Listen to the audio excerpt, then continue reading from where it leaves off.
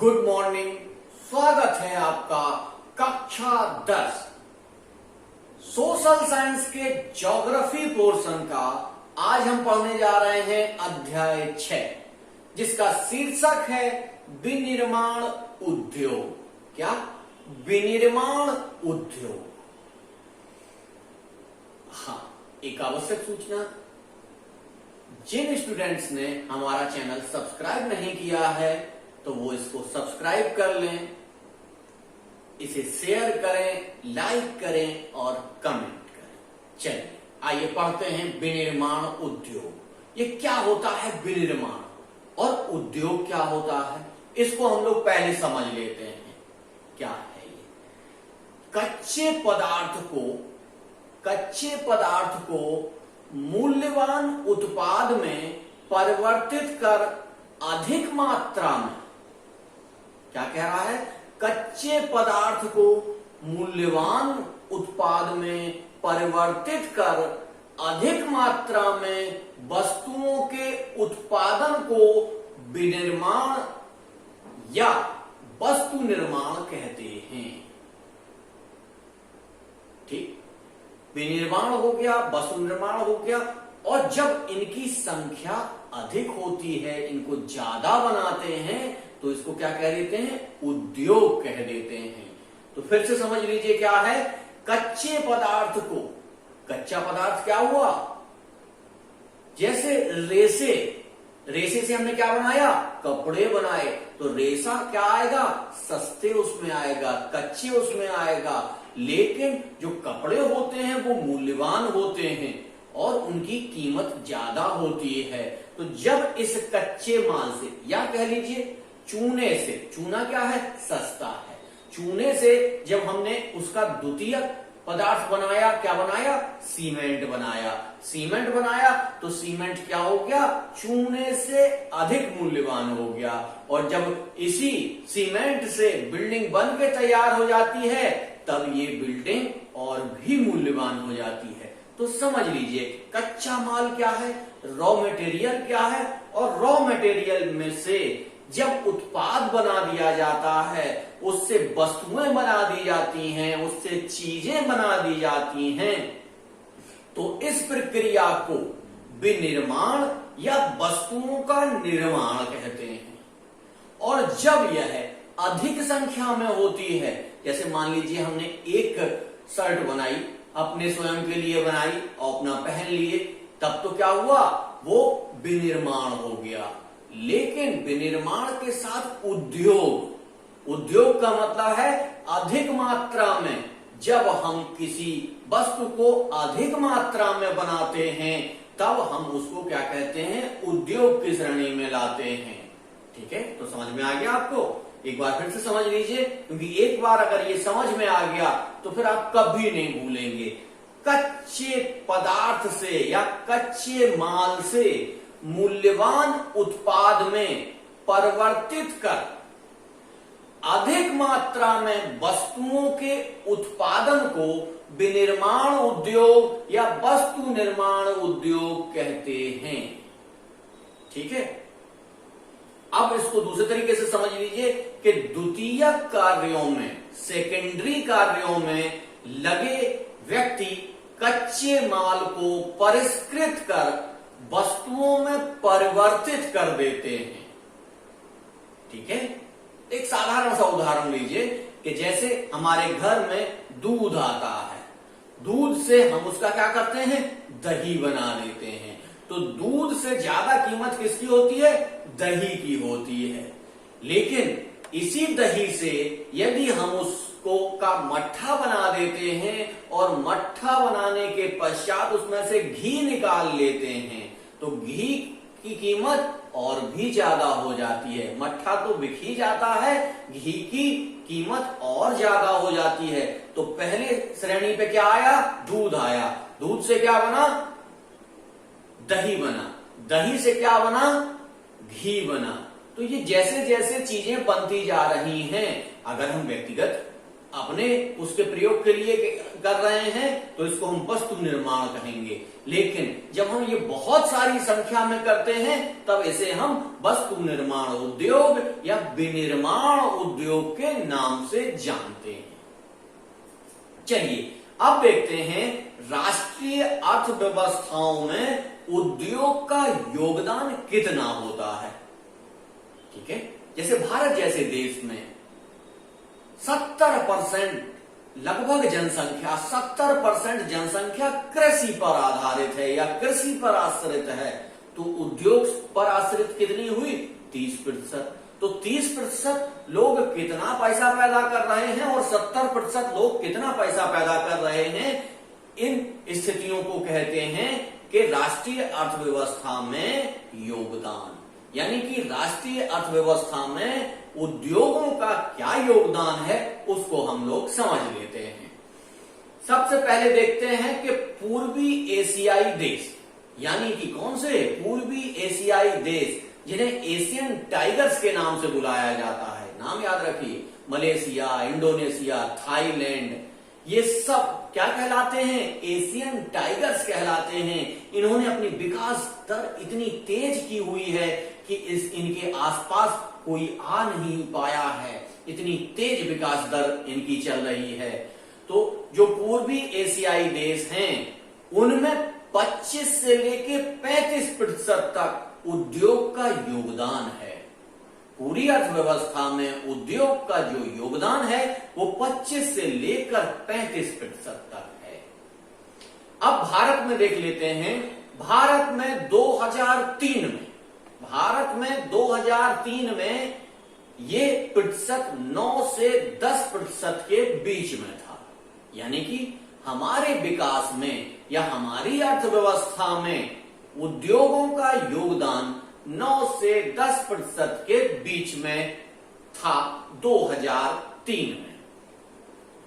अब देख लेते हैं कि विनिर्माण उद्योगों को लगाने के लिए दशाएं कौन कौन सी होनी चाहिए, या कह लीजिए ये विनिर्माण उद्योग कहां लगाए जा सकते हैं। दोनों चीजें एक ही हैं, दोनों को अलग अलग तरीके से कह रहे हैं कि विनिर्माण उद्योग के लिए दशाएं कौन सी होती हैं, या कौन सी ऐसी दशाएं हैं जहां पर विनिर्माण उद्योग लगाए जा सकते हैं। सबसे पहला कि वहां पर रॉ मटेरियल उपलब्ध हो, यानी कच्चा माल वहां पर उपलब्ध हो। दूसरा, वहां पर श्रमिकों की आवश्यकता के अनुसार श्रमिक मिल रहे हों, यानी कि रोजगार के लिए लोग घूम रहे हों। पहली आवश्यकता क्या? कच्चे माल की आपूर्ति हो। दूसरा है नौकरियों के लिए लोग उपलब्ध हों। तीसरा, जब उत्पाद बन जाए तो उस उत्पाद को देश विदेश अन्य जगह भेजने के लिए यातायात की सुविधा हो। क्या हो? यातायात की सुविधा हो, ट्रेन की सुविधा हो, बस की सुविधा हो, रोड अच्छे हो, अन्य सुविधाएं इसी तरीके की हो, जिससे कि विनिर्माण उद्योग ठीक से संचालित किया जा सके। ऐसी दशाएं जहां पर उपलब्ध होती हैं वहीं पर विनिर्माण उद्योग लगा दिए जाते हैं। समझ में आ गया आपको कि विनिर्माण उद्योग कहां लगाए जाएंगे? मान लीजिए मछली की प्रोसेसिंग करनी है और मछली समुद्र में प्राप्त होती है और हमने प्लांट कहां लगा दिया? रेगिस्तान में लगा दिया। अब जब मछली पकड़ के समुद्र से रेगिस्तान तक आएगी तब तक वो मछली खराब हो जाएगी, उसकी प्रोसेसिंग हो ही नहीं पाएगी। इसलिए समुद्र के किनारे ही वो विनिर्माण उद्योग लगाया जाएगा कि उसकी प्रोसेसिंग हो जाए और ठीक से प्रोसेसिंग होने के पश्चात उसे अपनी जगह जहां पर उसको भेजा जाना है, जहां उसका प्रयोग होना है, वहां आसानी से भेजा जा सके। तो हमें लगता है आपको अच्छे से समझ में आ गया होगा कि विनिर्माण उद्योग को लगाने के लिए कौन कौन सी दशाओं की आवश्यकता होती है। चलिए अब हम लोग देख लेते हैं कि ये जो उद्योग हैं, विनिर्माण उद्योग हैं, इनका वर्गीकरण हम कैसे करते हैं, किन किन आधारों पे इनको बांटा जाता है और कौन कौन सी स्थितियां इसमें होती हैं। तो हम लोग देख लेते हैं कि इस उद्योग को बांटने के लिए हम कई पैमाने यूज करते हैं। उन पैमानों में पहला जो पैमाना हम प्रयोग कर रहे हैं उसको क्या कह रहे हैं, प्रयुक्त कच्चे माल के स्रोत के आधार पर। यानी कि जो कच्चा माल है उसके जो स्रोत है, कहां से वो निकल रहा है कच्चा माल, उस आधार पर हम उद्योग को दो भागों में विभाजित कर सकते हैं।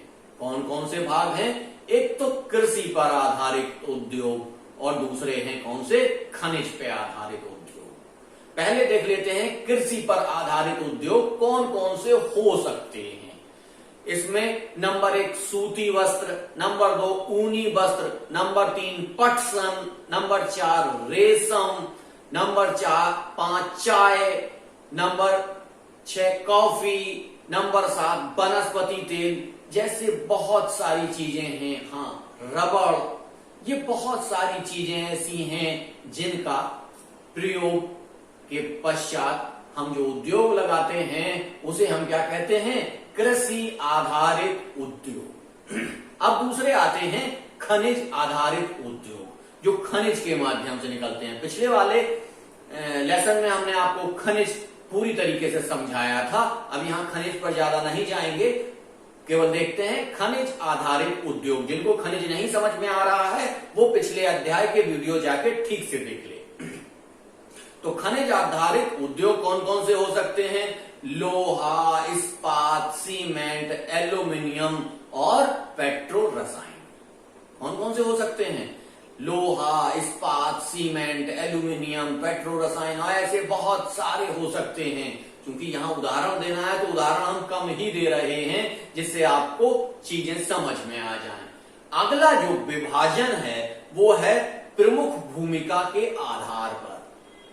ठीक है, इसकी भूमिका क्या है, ये किसी चीज के लिए प्रयोग हो रहा है, इसके आधार पर भी उद्योग को दो भागों में विभाजित कर दिया जाता है। कौन कौन सा है, नंबर 1 आधारभूत उद्योग। कौन सा उद्योग, आधारभूत। जो आधारभूत हमारी संरचना है उसको बनाने के लिए जो उद्योग होते हैं उनका जो प्रोडक्ट निकल के आता है उसे हम आधारभूत संरचना को बनाने में प्रयोग करते हैं। ऐसे उद्योग को हम क्या कहते हैं, आधारभूत उद्योग। और ये कौन कौन से हो सकते हैं, ये लोहा है, इस्पात है, तांबा है, ऐसे बहुत सारे उद्योग ये हो सकते हैं। दूसरे इसमें आते हैं उपभोक्ता उद्योग। दूसरे कौन से आते हैं, उपभोक्ता उद्योग। इनमें कौन कौन से आ सकते हैं, जैसे चीनी है, दंतमंजन है, कागज है, पंखे हैं, सिलाई मशीन है, बहुत सारी जो भी चीजें हम लोग प्रयोग कर रहे हैं, बैग है, मोबाइल है, ये बहुत सारी चीजें। मोबाइल को तो खैर अलग उसमें इलेक्ट्रॉनिक्स में डाल दिया जाएगा, लेकिन अन्य उपभोक्ता वस्तुएं हैं जैसे मेज है, कुर्सी है, इत्यादि जितने भी सामान आप सोच सकते हैं उसमें आप रख सकते हैं। इसका जो अगला विभाजन है उसको हम देख लेते हैं कि पूंजी निवेश के आधार पर, यानी कि पूंजी उसमें कितनी लगाई गई है, इस आधार पर भी उद्योगों को दो भागों में विभाजित किया जाता है। कौन सा, एक तो लघु उद्योग, पहला है लघु उद्योग और दूसरा है क्या है, दीर्घ उद्योग। यानी कि लघु उद्योग से ऊपर का उद्योग, भारी मतलब लघु उद्योग से अधिक यानी कि बड़ा उद्योग। ठीक है, एक लघु उद्योग और एक बड़ा उद्योग। अब देख लेते हैं, चूंकि ये पूंजी निवेश के आधार पर है तो पूंजी निवेश यहां देख लेते हैं कि लघु उद्योग में 1 करोड़ या इससे कम की जब पूंजी निवेश की जाती है तो उसे लघु उद्योग में रखते हैं। जब 1 करोड़ से वो पूंजी अधिक हो जाती है तब उसे बड़े उद्योग में रखते हैं। बस इसका एक ही विभाजन है।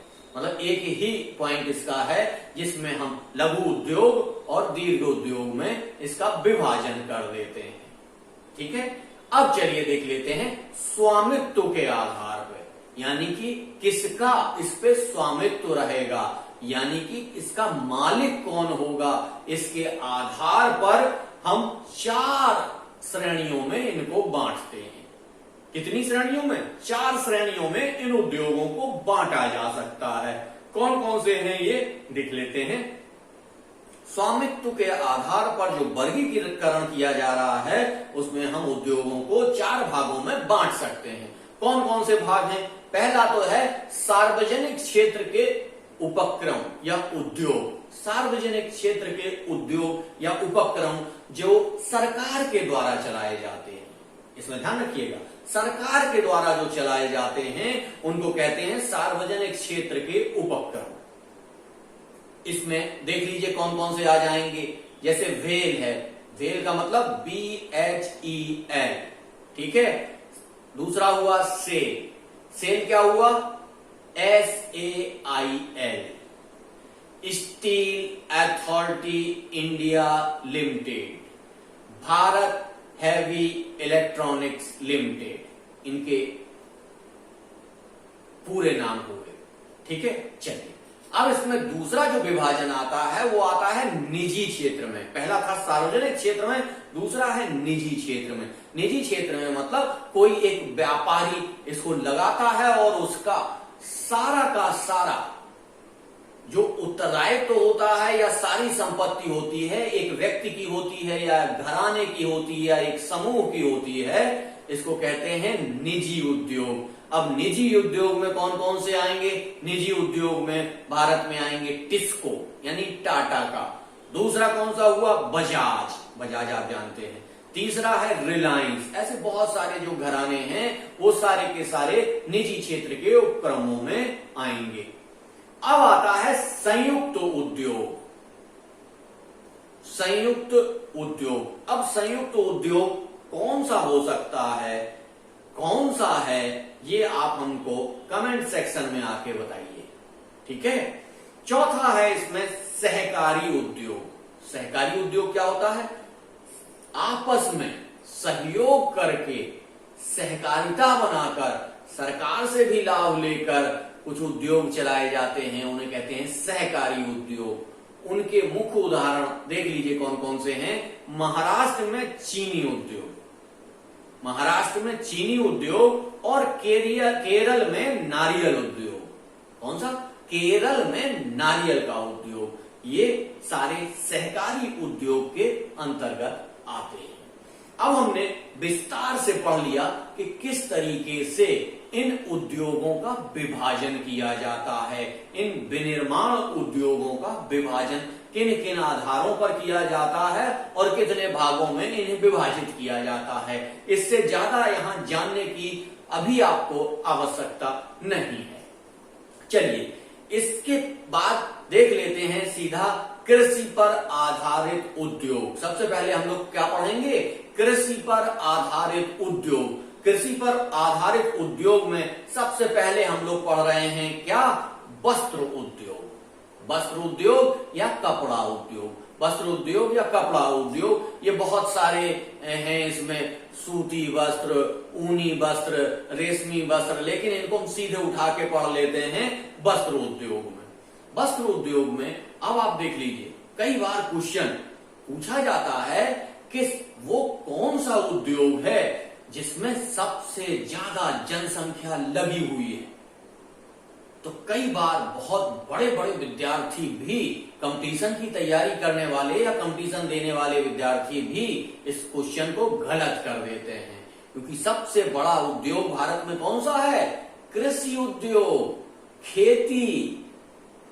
ठीक है, लेकिन हम यहां क्या पढ़ रहे हैं? कृषि पर आधारित उद्योग, यानी कि इस खेती से अलग। खेती में क्या कर रहे हैं? हम रॉ मटेरियल बना रहे हैं। यहां पे रॉ मटेरियल से हम क्या कर रहे हैं? सेकेंडरी चीज बना रहे हैं। तो दूसरे नंबर पे, भारत में दूसरे नंबर पर सबसे बड़ा जो उद्योग है वो है वस्त्र उद्योग। वस्त्र उद्योग का भारत के कुल उद्योगों में जो प्रतिशत है वो 14% का योगदान है। संपूर्ण भारत के उद्योगों को मिला दिया जाए तो उसमें वस्त्र उद्योग का 14% का योगदान है। और इसमें 350 लाख, कितने 350 लाख लोगों को इसमें रोजगार दिया गया है। और ये कृषि के बाद सबसे बड़ा उद्योग है। तो याद रखिएगा, सबसे बड़ा क्या है? कृषि।